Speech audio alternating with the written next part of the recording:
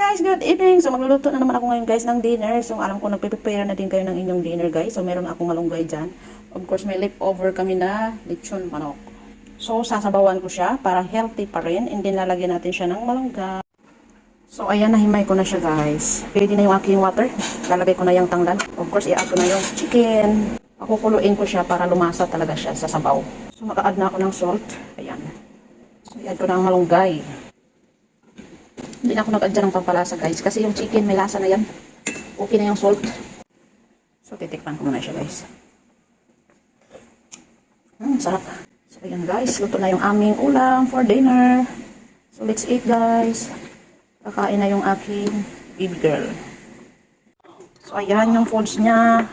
So thank you for watching guys. Sabaw is light yan siya. So ayan. Dito na. Kain tayo mga guys. Oh, she's waiting.